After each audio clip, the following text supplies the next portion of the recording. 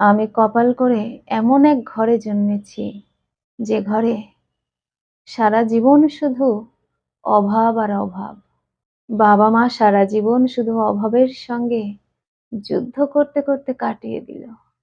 আমরা ২ বোন ভীষণ অভাবের মধ্য দিয়ে বড় হলাম। বড় হয়েছি বলাটা ভুল হবে। অভাবের তাড়নায় মাধ্যমিক পাশ করতে না করতেই ২ বোনের বিয়ে দিয়ে দেয় বাবা-মা। দিদি আমার থেকে ৪ বছরের বড়। আমাদের ২ বোনকে বিয়েও দেয়া হলো সেই অভাবের ঘরে। বিয়ের আগে যেমন অভাবের মধ্য দিয়ে কেটেছে, খুব আশা ছিল বিয়ের পরে অন্তত সেটা ঘুচবে। আমাদের ২ বোনের এমনই কপাল, সেটা আর হলো না। বিয়ের পর যে সংসারে গেলাম, সেখানেও নুন আনতে পান্তা ফুরোয়। আমার স্বামীরা ২ ভাই। আমার স্বামী বড়, সে একটা কারখানায় কাজ করে। আর দেওর এখন পড়াশোনা করছে।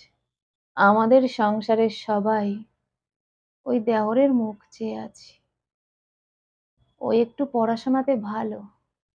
বাবা-মা কোনো টিউশন দিতে পারেনি। তবু কিন্তু সে খুব ভালোভাবেই এগিয়ে চলেছে। স্কুলে সবসময় ফার্স্ট হয়। আমার শ্বশুর, শাশুড়ি, আমার স্বামী এবং আমি সবাই আমার দেওরকে খুব ভালোবাসি। তার এই মেধার জন্য তাকে আমরা খুব উৎসাহ দিই। সবাই মিলে খুব চেষ্টা করছি ও যাতে এগিয়ে যায়। এই অভাব যেন ওর পড়াশোনার ক্ষেত্রে বাধা হয়ে না দাঁড়ায়। তার জন্য আমরা সবাই চেষ্টা করে চলেছি। আমি মাধ্যমিক পাস। পড়াশোনাতে মোটামুটি ভালোই ছিলাম। তাই ২-৪ টে ছেলেমেয়ে পড়াতে আমি ঠিক পারবো। টিউশন করতে শুরু করলাম। সেখান থেকে বেশ কিছু টাকা আমার রোজগার হয়। আমি সেই টাকাটা আমার দেওরের হাতে তুলে দিই। ওর পড়াশোনার যাতে কোনো ক্ষতি না হয়। আমি টাকা পয়সা দেওয়ার পর ও একটা টিউশন মাস্টার নেয়। তার ফলে ওর খুব ভালো হয়েছিল। মাধ্যমিক পাস খুব ভালোভাবে করে গেল। স্কুলের টপারও। এই করে করে উচ্চ মাধ্যমিকও পাস করে গেল। তারপরে দেখলাম জয়েন্টে চান্স পেয়ে গেল। আমরা সবাই রোজগার আরো বাড়াতে লাগলাম। কিভাবে আরো বেশি রোজগার করা যায় সেটাই চেষ্টা করে যাচ্ছি। আমার শাশুড়ি মা হাতের কাজ খুব ভালো পারে। বিভিন্ন উলের কাজ, সুতোর কাজ খুব ভালো পারে। এই সব করে করে জিনিসপত্র বিক্রি করতে শুরু করলো। আমার শ্বশুরমশাই লোকের জন খাটে। সেই খাটুনিও আরো বাড়িয়ে দিল, যাতে তার ছোট ছেলের ভবিষ্যৎটা নষ্ট না হয়। আমরা সবাই তাকে শুধু টাকার যোগান দিয়ে যাচ্ছি, আর সে তার মতো পড়াশোনা চালিয়ে যাচ্ছে। এই করে করে আমার দেওর জয়েন্টে খুব ভালো র‍্যাংক করলো। ডাক্তারিতে চান্স পেয়ে গেল। যখন ডাক্তারিতে সুযোগ পেল, পাড়ার সবাই ভীষণ খুশি। ওই পাড়াতে তখনও একজনও ডাক্তার হয়নি। সর্বপ্রথম পাড়ার সবথেকে দরিদ্র ফ্যামিলি থেকে উঠে এসেছে এই ডাক্তার। তাই তাকে সবাই কাঁধে করে নিয়ে নাচতে লাগলো। আমার দেওর বলল, সবে তো সুযোগ পেয়েছি, পড়াশোনাটা করতে দাও। যেদিন ডাক্তার হব সেই দিন না হয় তোমরা আনন্দ করো। তবু তার কথা কেউ কানে নেয়নি। তাকে নিয়ে সবাই খুব উল্লাস করতে লাগলো।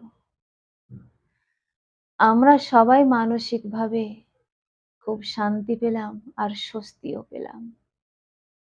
যাই হোক, তার পড়াশোনার পিছনে খরচটা তো দিতে পেরেছি, যার জন্য সে এগিয়ে যেতে পেরেছে। এরপর সেই শুভ দিন এলো।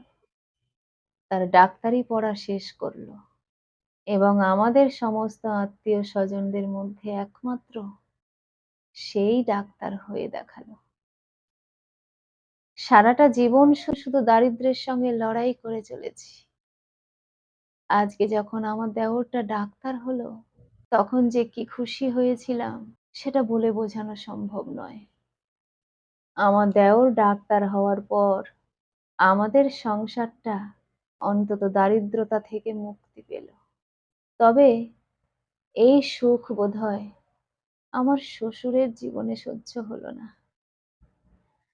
এই বয়সে এত খাটাখাটুনি করার ফলে খুব অসুস্থ হয়ে পড়ল।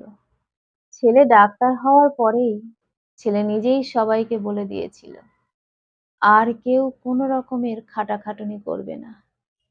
আমি যে রোজগারটা করব তাতেই সকলের খুব স্বচ্ছন্দে কেটে যাবে। আর কিন্তু তোমরা কেউ কোনো রকমের কাজ করবে না, খাটাখাটুনি করবে না। আমার শ্বশুর মশাইয়ের তো অভ্যেস কাজকর্ম করা, কাজের মানুষ তো, তাই ছোট ছেলের কথা রাখতে পারেনি। ভোরবেলা সকলের অলক্ষ্যে লোকের বাড়ি চলে যেত জোন খাটতে। এরকম করতে করতে আমার শ্বশুর মশাই খুব অসুস্থ হয়ে পড়ল। ছেলে ডাক্তার, তাই বাবার চিকিৎসা যে ভালো মতোই হয়েছিল সেটা বলার অপেক্ষা রাখে না। কিন্তু তবুও আমার শ্বশুর মশাইকে বাঁচাতে পারিনি। সবার কপালে সুখ সয় না বলে একটা প্রচলিত কথা আছে, যেটা আমার শ্বশুর মশাইকে দিয়ে প্রমাণিত হলো। আমরা সবাই খুব কষ্ট পেয়েছিলাম, তবে সব থেকে বেশি কষ্ট বোধহয় আমার দেওর পেয়েছিল। যে বাবা এই বয়সে একমাত্র তার ছেলের পড়াশোনার যাতে কোনো কষ্ট না হয় তার জন্য লোকের বাড়ি খাটাখাটুনি করে দিন কাটিয়েছে। যে ছেলের জন্য তার এত খাটাখাটুনি, সেই ছেলে যখন ডাক্তার হয়ে সকলের মুখে হাসি ফোটালো, সকলের জীবনে সুখ শান্তি এনে দিল, ঠিক সেই সময় সেই বাবা চলে গেল। তবে চলে যাওয়ার আগে সে জীবনে অনেক শান্তি নিয়ে গেল। তার যে চেষ্টা ছিল সেই চেষ্টা যে বিফলে যায়নি সেটা তো সে উপলব্ধি করেছিল। সে তো এটা দেখে গেছে যে তার ছোট ছেলে ডাক্তার হয়েছে। এই শান্তিটুকু নিয়ে এসে চলে গেছে। তবে বাবা যেখানে গেছে সেখানে গিয়ে যেন ভালো থাকে, শান্তিতে থাকে। কলমে ও কণ্ঠে সোমা।